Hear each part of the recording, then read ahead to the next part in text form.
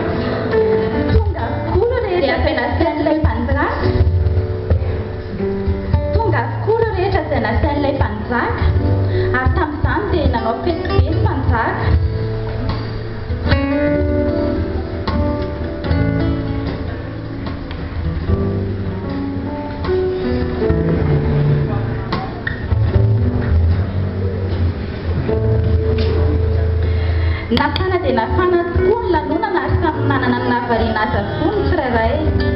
Tao ireo variana mifampiaraka sy lamaody. Indrindra teo tsy midiko mihitsy miaraka amin'ny firavaka be tsara ery e. Jereko nge nenay. Ninavele tsy manampazesy manokana mihitsy. Tao ireo variana tamin'ny sakafo isan-karazany. Jereo nge izany sakafo be dia be. Sakafo be dia be. Sakafo show.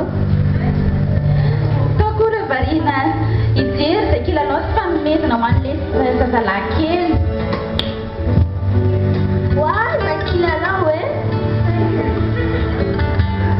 Sawery.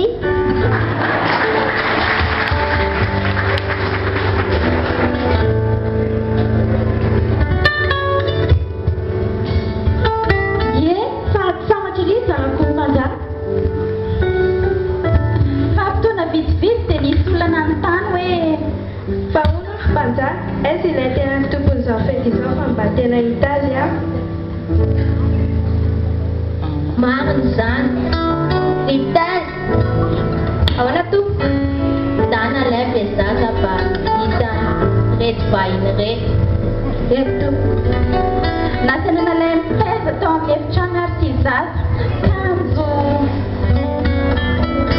orom-panjaka tsy azo ingeny e zazakely nataoko tasiny rafitadiko Fa eza misy ahy?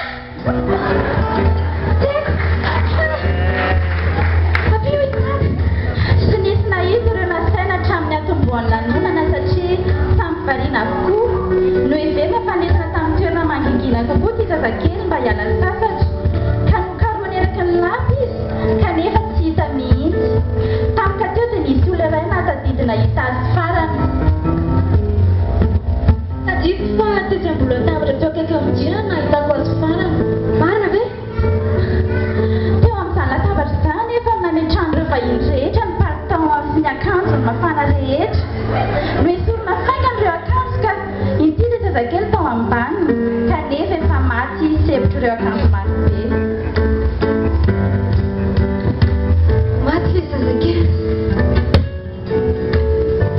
alahelo tsy nisy ohatr'izany ny an'ny mpanjaka mivady isika koa dia tahaka izany manadino ny tena antony krismasy favariana amin'ny sakafo amin'ny fety amin'ny kilalao amin'ny dadabe noely ka dinitsika ny tena antony ankalazana ny noely dia jesosy kristy ilay zanak'andriamanitra tonga nofo mba hamonjy atsika ko ankehitriny dia aoka jesosy no mpandinintsika ary aoka mihitsy ho izy no ivy ny fety izay ankalaizantsika nio